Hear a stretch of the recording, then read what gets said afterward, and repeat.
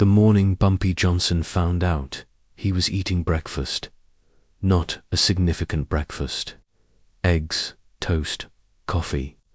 The kind of meal that constitutes the ordinary machinery of a morning when nothing of particular importance is supposed to happen. He was reading the newspaper, as he did every morning, with the specific quality of attention that distinguished his reading from most people's. Not the passive absorption of information, but the active assembly of a picture.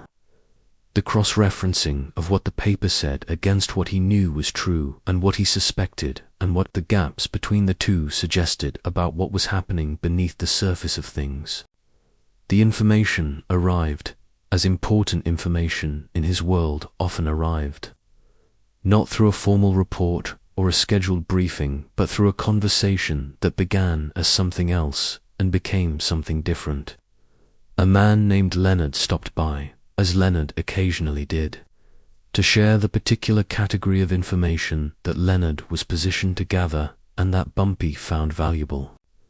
Leonard was, in the official world, a clerk at a municipal office. In the actual world, he was one of the most useful people in Bumpy's network, positioned at the intersection of the legal and illegal machinery of the city in a way that produced a steady stream of information that could not have been obtained through any other means. Leonard sat down. He accepted a cup of coffee. He talked about several things, in the way that conversations like this always begin, establishing the ordinary texture before arriving at the significant, and then, in the middle of a sentence about something else, he said the name James. James Carter, who had been with Bumpy's organization for 11 years, who ran the operations on 4 blocks of 125th Street with the efficiency and the loyalty that had made him one of Bumpy's most trusted people, who had been given access over those 11 years to information and resources and relationships that reflected the depth of the trust placed in him, who had, as Leonard now explained in the precise, understated way that he delivered all information, been meeting with men from a competing operation for the past 6 weeks, and providing them, in exchange for money whose amount Leonard knew and quoted accurately, with specific information about Bumpy's operations that only someone with James's access could have possessed. Bumpy listened to all of this without interrupting. He asked 2 questions at the end, both precise, both answered fully. He thanked Leonard. He finished his breakfast. He said nothing to anyone about what Leonard had told him. He went about his day. To understand what happened next, and why it happened the way it did, rather than the way that most people who knew Bumpy Johnson would have expected. You have to understand something about the architecture of betrayal in the world he operated in. Betrayal in that world was not a rare occurrence. It was a regular feature of the landscape, as predictable in its eventual appearance as weather, as inevitable in any organization of sufficient size and duration as the specific pressures that produce it. Men got offered money they needed. Men got frightened by forces they believed they could not resist.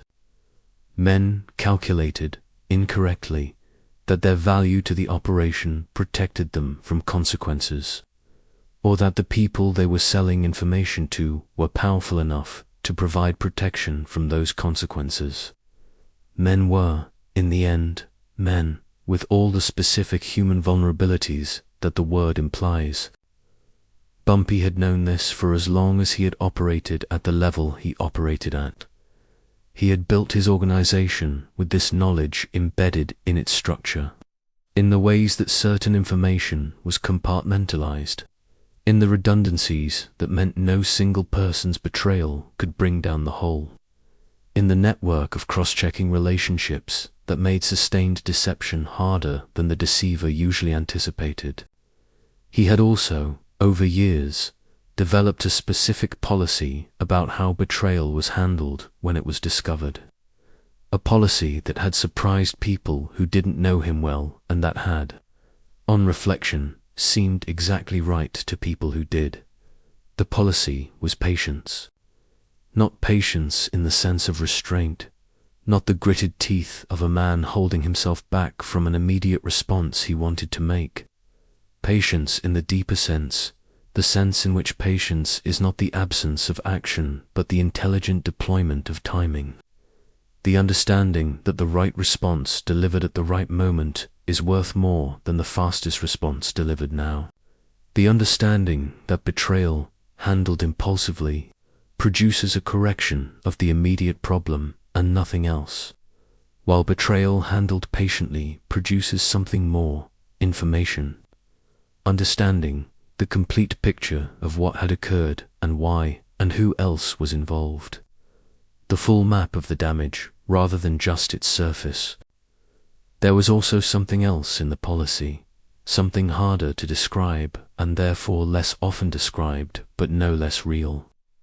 There was the specific conviction, which Bumpy had arrived at through years of operating in environments that offered constant temptation toward reactive violence, that the manner in which you responded to a wrong said more about you than the wrong itself, that the man who responded to betrayal by reaching immediately for the most obvious available weapon was, in a specific sense, being controlled by the betrayer, that the man who absorbed the shock continued to function, gathered his understanding, and then chose the response that was most complete rather than most immediate was, in that same specific sense, demonstrating a sovereignty over his own actions that the betrayer's action was designed to disrupt.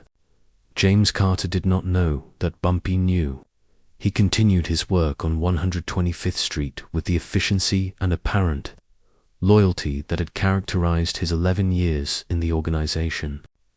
He continued his meetings with the men from the competing operation, providing them with the information they were paying for, which was now information that Bumpy had quietly adjusted. That was accurate enough to maintain James's credibility, but curated in ways that directed the competing operation toward decisions that would not harm Bumpy's interests and would, in fact, serve them. This was the first layer of the response, the immediate conversion of a vulnerability into a tool. James didn't know the information he was selling had been changed.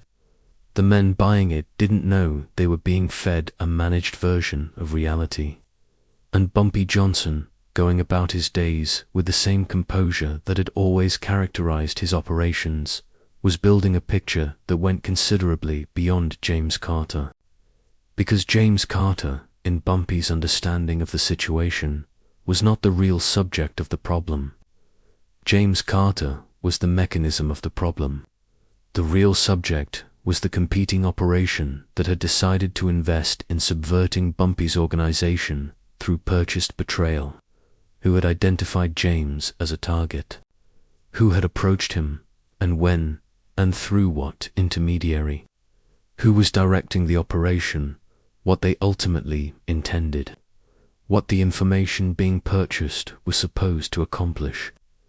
These were the questions that mattered, and answering them required time and the continued operation of the betrayal under controlled conditions.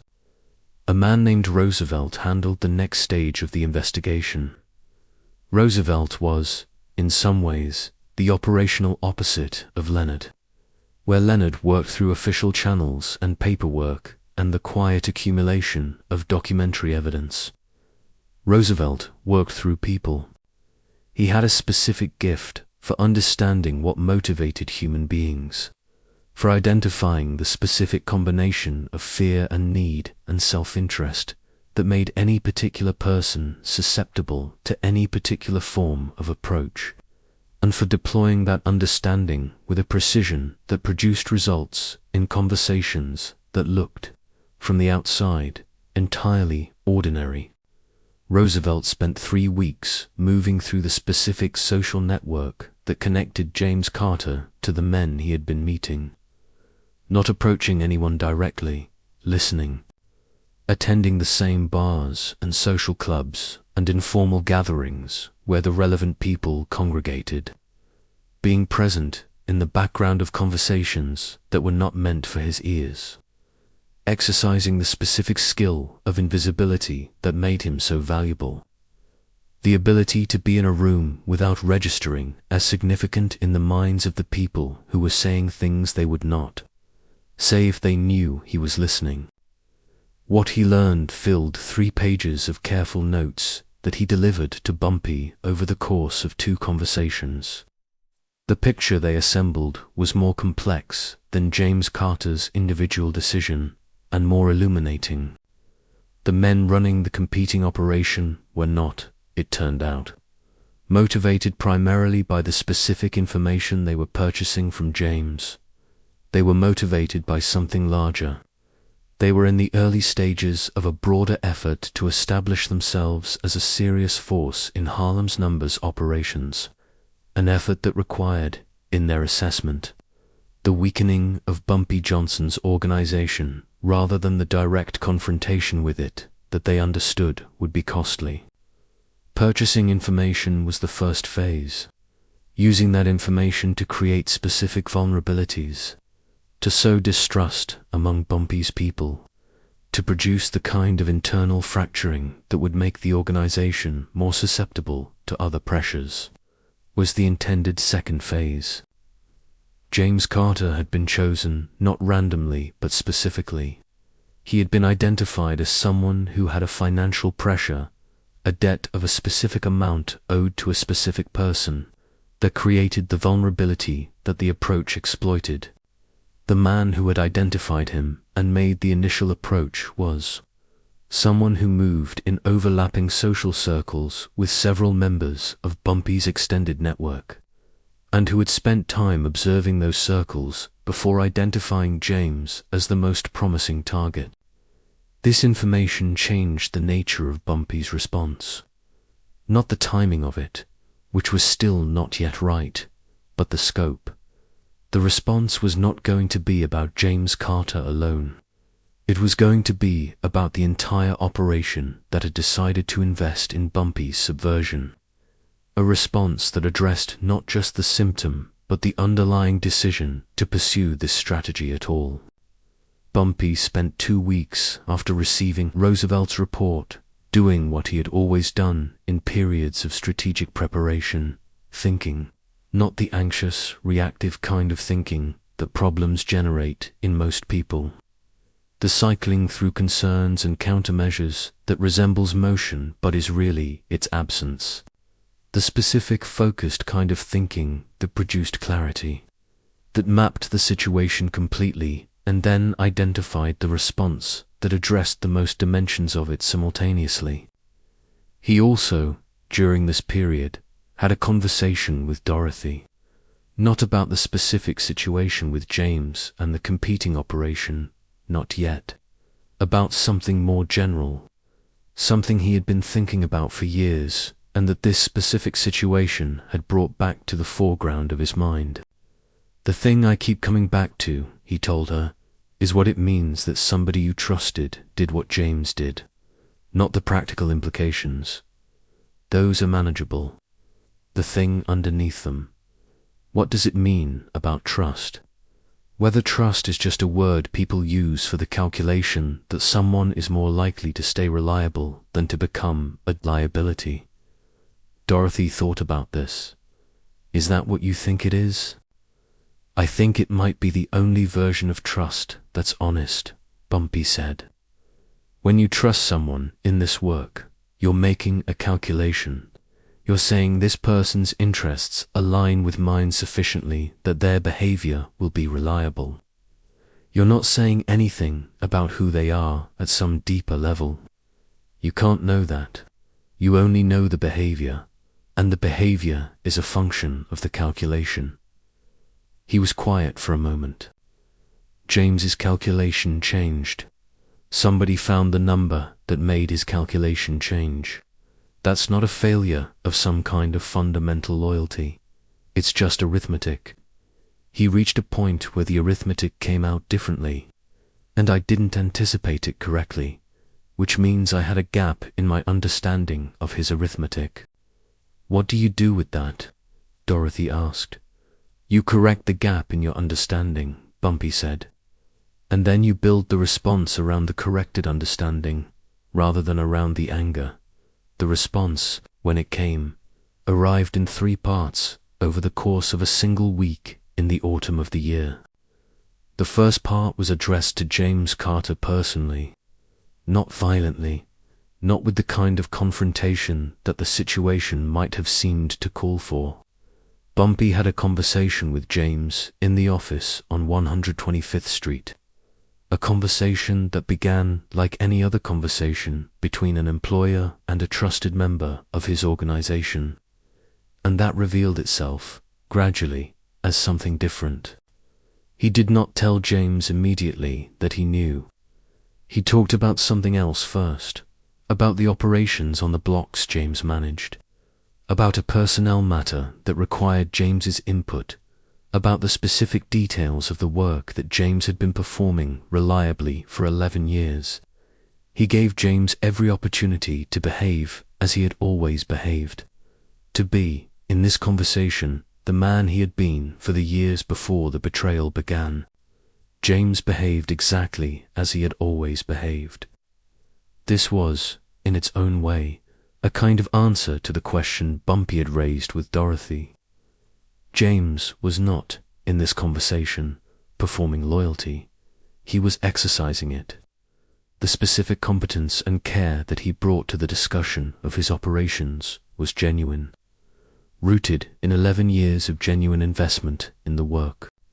The betrayal and the loyalty existed simultaneously in the same person, which was, Bumpy understood, the most accurate picture of how human beings actually worked. Toward the end of the conversation, Bumpy said James's name in a way that made James go still, not from fear, exactly, from recognition, the recognition that the conversation was about to change. "I know about the meetings," Bumpy said. He said it in the same tone he had been using for the previous 40 minutes, calm, direct, without. Theatre. James said nothing for a long moment. "I've known for 8 weeks, Bumpy continued. I want you to understand something before we talk about what happens next. What I'm going to tell you is the truth. And I'm telling you the truth because I think you've earned the truth, which is different from what you might expect me to feel right now."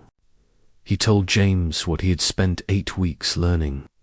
Not just that James had been selling information, which James already knew, but the full picture, who had identified him as a target, how they had identified him, the specific debt they had used as leverage, the broader operation they were building around the information James was providing.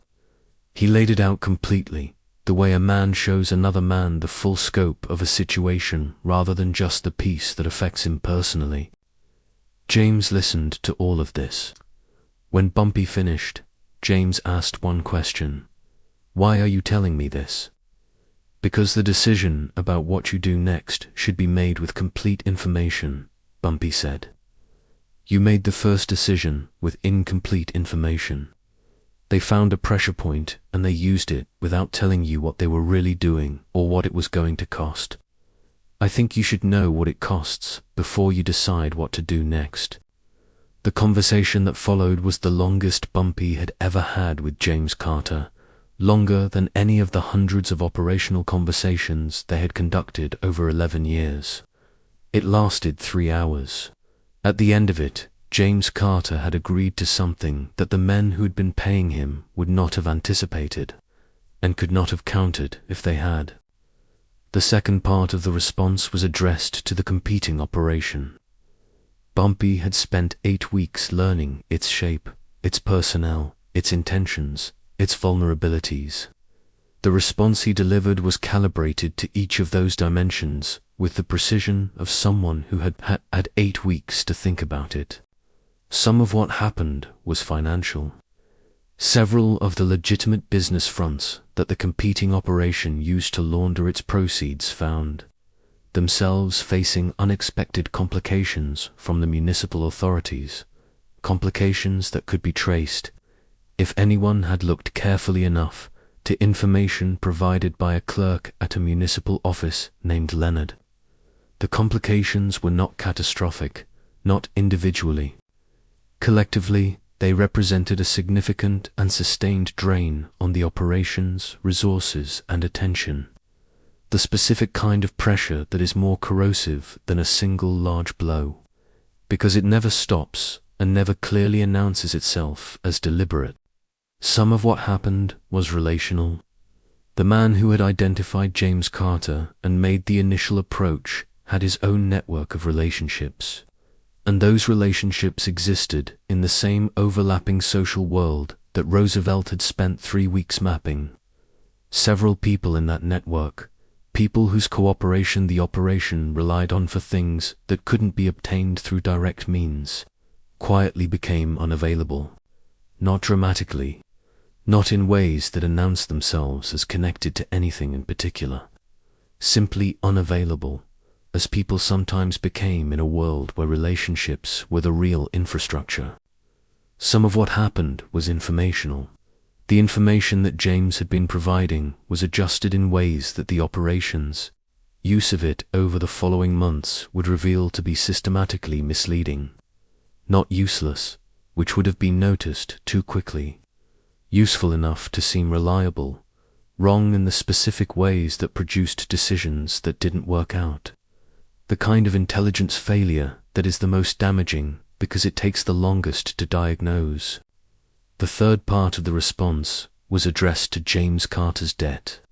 The specific financial pressure that had been identified and exploited as the mechanism of the betrayal was resolved. Quietly, through channels that could not be easily traced, the debt was paid. Not by Bumpy directly, not in a way that announced itself as coming from Bumpy, simply paid. The way certain things got taken care of in Harlem when someone with resources decided that they should be taken care of. James Carter knew what this meant. He knew, with the specific certainty of a man who has been shown the full picture of a situation, exactly what this gesture cost and what it said. He did not discuss it with anyone. He returned to his work on 125th Street with a quality of attention and commitment that several people who worked with him noticed in the months that followed, a quality that was different from what it had been before. Not better necessarily, but different, weighted differently, carrying something that had not been there before. Years later, James Carter told this story once. To a single person, in the specific context of trying to explain something about Bumpy Johnson that most accounts missed. He said, he could have destroyed me. He had every right to. What he did instead was show me the whole picture and then make a decision about me that was based on the whole picture rather than on the thing I'd done. Most men, they'd be angry enough that the thing you'd done would be all they could see. He saw everything. And when you see everything, you make a different decision. The competing operation never recovered its momentum in Harlem. The financial pressure, the relational disruption, the intelligence failures that accumulated over the months following Bumpy's response, combined to produce a situation in which the resources required to continue the effort exceeded the projected return. The men running it made a rational decision and redirected their attention elsewhere. They never fully understood what had happened, which was, in its own way, the most complete version of the outcome. They knew the effort had failed. They didn't know it had been directed to fail from the inside, using the very mechanism they had deployed as a weapon against them. The man who had identified and recruited James Carter left New York within a year. His specific network of relationships, the thing that had made him valuable, had been so thoroughly disrupted that rebuilding it in New York was not a rational project. He relocated. He never returned. James Carter remained on 125th Street. He retired from Bumpy's organization in 1964 at his own choosing, with the kind of send-off that reflected the full account of his 11 years rather than the chapter that had occurred in the middle of them. Bumpy attended the small gathering that marked the occasion. He said something in James's presence that James would repeat verbatim for the rest of his life. "The measure of a man isn't the worst thing he did," Bumpy said. "It's what he did with what he learned from it." The assembled people understood this to be a general observation. James Carter understood it to be something specific. He had, for 8 weeks, operated inside a betrayal that Bumpy Johnson already knew about and had chosen not to disrupt, because disrupting it immediately would have produced a smaller truth than waiting for the full one. He had been shown, across those 8 weeks and the conversation that ended them, a model of patience and completeness and the specific intelligence that sees people in their full dimension rather than their worst moment. He had also, in the conversation that lasted 3 hours, been asked to do something that turned the betrayal into its own correction, that converted the mechanism of the harm into part of the response to it. This was the specific quality of thinking that had always distinguished Bumpy Johnson from other operators, the ability to see not just what a situation was, but what it could become with the right application of time and understanding. Some men find out about betrayal and reach for the fastest available weapon. The response is immediate, satisfying in its directness, and produces a correction of the specific instance. The betrayer is punished, the message is sent. The organization is reminded that betrayal has consequences. All of this is real and, in its own terms, valid. Bumpy Johnson found out about betrayal and folded his newspaper and finished his breakfast. He spent 8 weeks building a complete picture of what had occurred and why and who was behind it and what they intended. He spent 2 weeks designing a response that addressed every dimension of the situation simultaneously, and he delivered that response with the precision of a man who has had 10 weeks to think about exactly where each piece needed to land. The betrayer was corrected. The operation behind the betrayal was dismantled.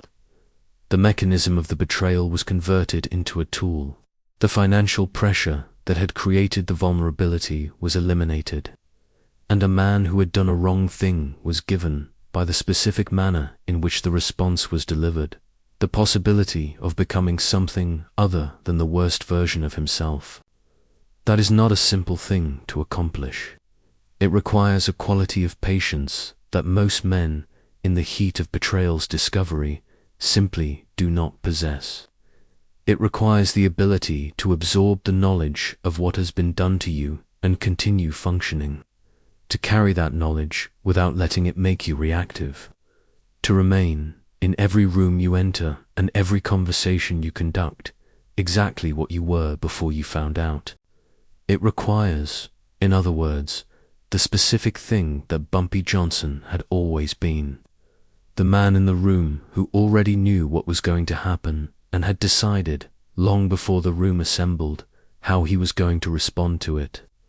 The man whose silence, when he had every reason to speak, was not the silence of ignorance or restraint, but the silence of a mind already several moves beyond.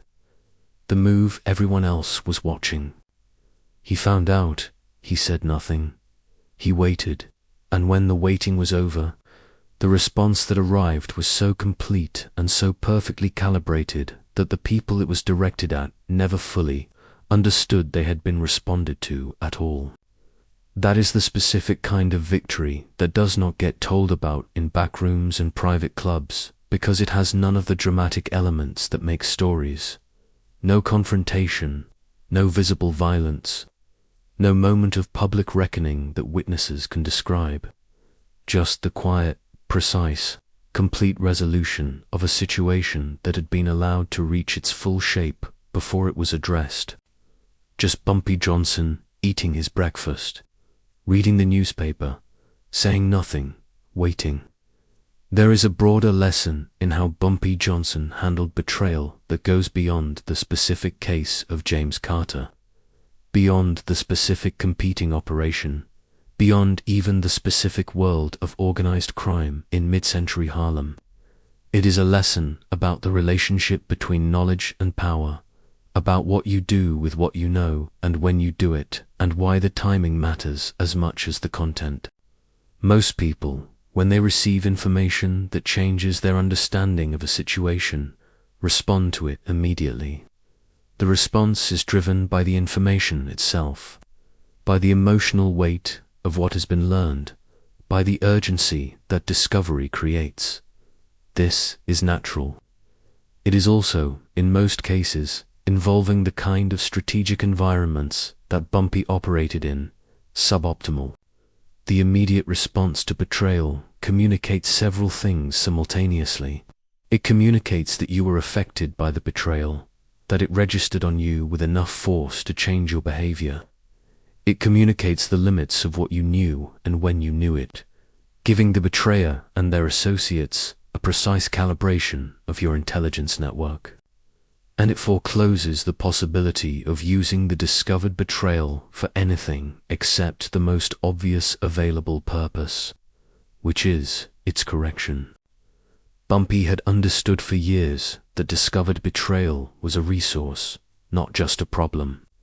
A betrayer who does not know they have been discovered is a controlled aperture into the plans and operations of whoever is directing them.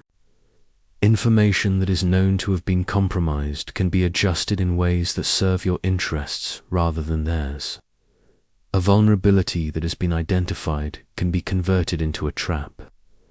The very mechanism intended to harm you can be redirected toward the people who deployed it. None of this is possible if you respond immediately. All of it is possible if you have the patience to let the situation develop while you build the complete picture. This understanding did not come easily or quickly. Bumpy had arrived at it through specific experiences, through moments earlier in his career when he had responded to betrayal the way that the conventions of his world suggested, quickly and decisively and visibly, and had found that the response, while satisfying in the immediate term, had left him with a smaller understanding of the situation than the patience to wait would have produced. The most significant of these earlier experiences had occurred in 1933, before the Luciano meeting, before the period in which Bumpy had fully established himself in Harlem. A man in his network, a numbers collector named Winston, had been discovered passing information to a competitor. The discovery had been recent, the information fresh, and Bumpy had responded with the speed that the situation seemed to demand. Winston was confronted, the competitor was addressed directly, and the immediate problem was resolved.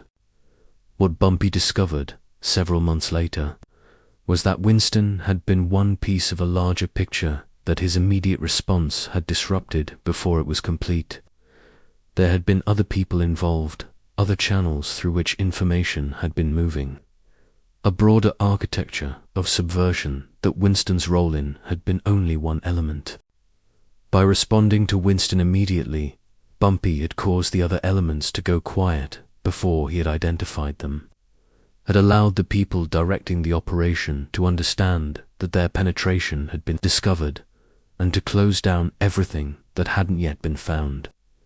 He had won the immediate contest and lost the information that a more patient response would have gathered. He thought about that for a long time afterward. He talked about it with Dorothy, who had a specific gift for helping him think through things he was trying to understand, who could ask the questions that moved his thinking forward without imposing a direction on it.